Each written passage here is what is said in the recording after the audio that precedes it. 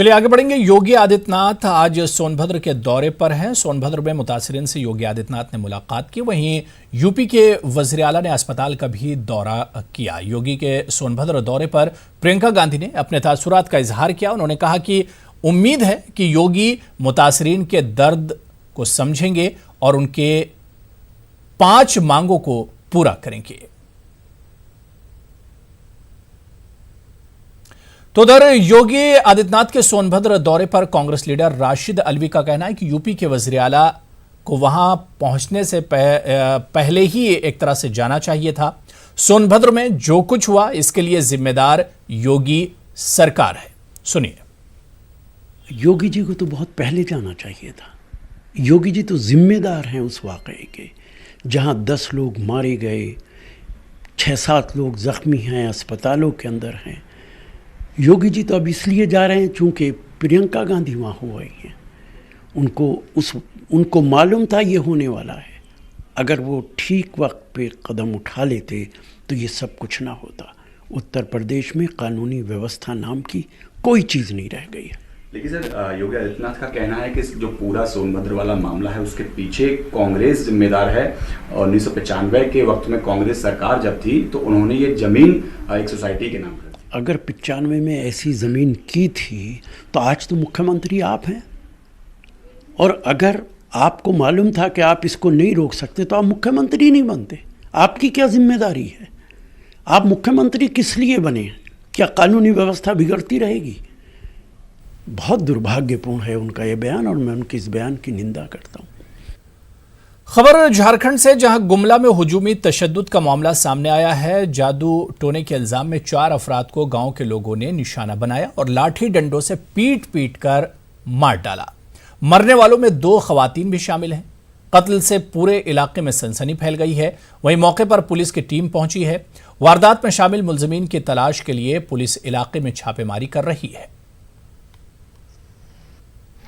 अंधविश्वास से जुड़ा हुआ लगता है। जिस तरीके से हम लोगों ने घटना की जानकारी प्राप्त की, विश्वास से जुड़ा हुआ लगता है। जिस तरीके से हम लोगों ने घटना की जानकारी प्राप्त की।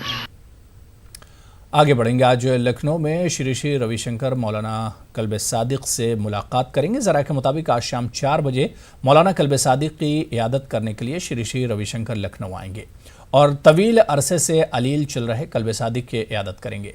मौलाना कल्बे सादिक लखनऊ के एरा मेडिकल कॉलेज में ज़ेर इलाज हैं। आपको बता दें कि श्री रविशंकर अयोध्या के तारीखी तनाज़े को हल करने वाली सालसी कमेटी के अहम रुकन हैं और मौलाना Kalbe Sadiq all India Muslim personal law board के नायब सदर हैं।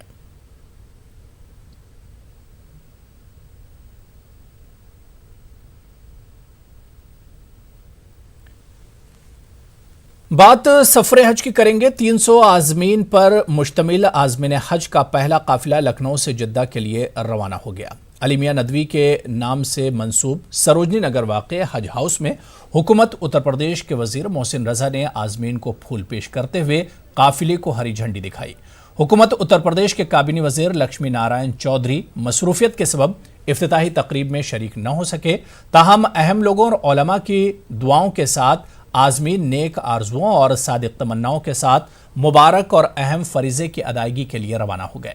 गुज़िश्ता साल की तरह इस साल भी आज़मीन के लिए बेहतर इंतजामात किए गए हैं और उम्मीद की जा रही है कि 6 अगस्त तक जारी रहने वाला रवानगी का यह सिलसिला बाहुस्न खूबी अंजाम को पहुंचेगा। राहुल जी, क्या कुछ कहना चाहेंगे? किन बातों का खास ख्याल रखा है इस मरतबा जो पिछले साल से बेहतर कही जा सकें? सालों साल जितना भी हम लोगों को सीखने मिलता है पिछले हज के एक्सपीरियंसेस से, या जितने भी पॉलिसी मेकर्स हैं हमारे ऊपर, वो गाइडेंस के उपरांत हम लोग कुछ बेहतर करने की सोचते हैं। दर साल हम लोग बेहतरी के लिए बढ़ते हैं आगे।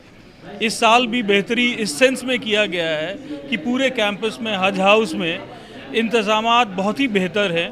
पब्लिक एड्रेस सिस्टम के माध्यम से सभी हज यात्रियों को मुकद्दस जो इनका सफ़र है उसके बारे में जानकारी दी जा रही है। कोई भी इंफॉर्मेशन इनके फ़्लाइट से रिलेटेड हो या इनको कहाँ कैसे हज हाउस में मूवमेंट करना है, उस पब्लिक एड्रेस के माध्यम से इन सबको जानकारी मुहैया कराई जा रही है। 3 LED डिस्प्ले लगे हुए हैं जिसमें हर मिनट इनके फ़्लाइट इंफॉर्मेशन शेयर की जा रही है। कोई भी दिक्कत का अगर ये सामना करना पड़ रहा है तो हमारे हज staff all the clock 24 hours इनके लिए उपलब्ध हैं। और मैं तो अपने ईश्वर से शुक्रिया अदा करना चाहता हूँ कि हमको एक मौका दिया गया है कि हम इन सब आज़मीने हज उधर औरंगाबाद